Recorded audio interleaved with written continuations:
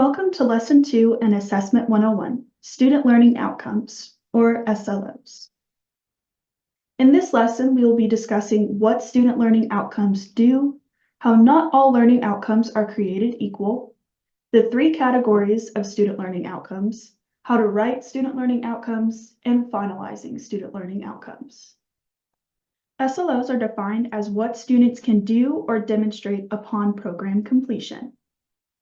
SLOs help to focus faculty attention on the mission and goals of the program and allow decisions to be made regarding the important aspects of learning in the program.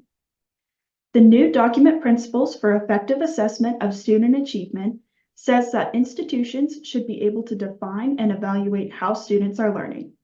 In addition, institutions should be able to describe the experiences they expect their students to have inside and outside the classroom. SLOs also help to focus curriculum. A program's courses should be aligned to at least one of the program's learning outcomes.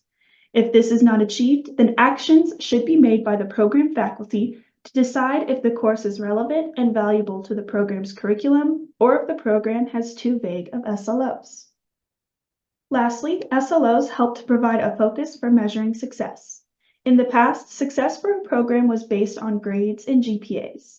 However, these aspects do not accurately portray a student's mastery of concept or skill. Assessment professionals encourage competency-based evaluations. Assessing students' achievement of a single learning outcome can better focus program assessment.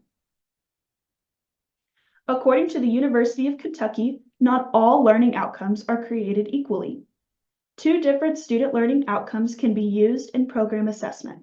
However, the definitions and application of these outcomes are not the same.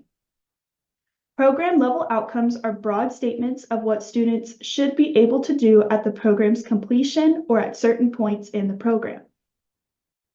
Course-level outcomes should be aligned to the program-level outcomes, but highly focused on the individual components of a larger skill. There are 3 categories of learning outcomes.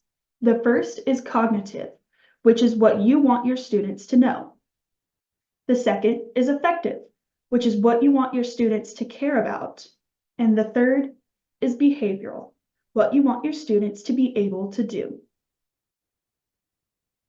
How do we write SLOs? The SMART goals method is encouraged when writing SLOs. Outcomes should be specific, measurable, attainable, results-focused, and time-focused. When writing outcomes, specific verbs should be used to help keep the outcomes specific and focused. Example verbs could be write, analyze, research, and critique. Another useful reference that faculty can use when writing SLOs is Bloom's taxonomy of verbs. These verbs make outcomes more specific and measurable. Bloom's taxonomy is categorized into 6 stages: remember, understand, apply, analyze, evaluate, and create. Most programs will use higher level skills such as create or evaluate for program outcomes. However, it is recommended that 1 or 2 outcomes from the lower levels, such as remember or understand, are used. Before finalizing learning outcomes, programs should ask themselves if the students will be able to complete the outcome. Will students demonstrate learning by participating in program-offered opportunities to practice developed skills? And when will students complete the outcome? These should be observed before an internship or capstone project, before starting upper-level courses, or before graduation. In this lesson, we discussed the different types of student learning outcomes and what they do, how to write student learning outcomes, and the finalization of student learning outcomes.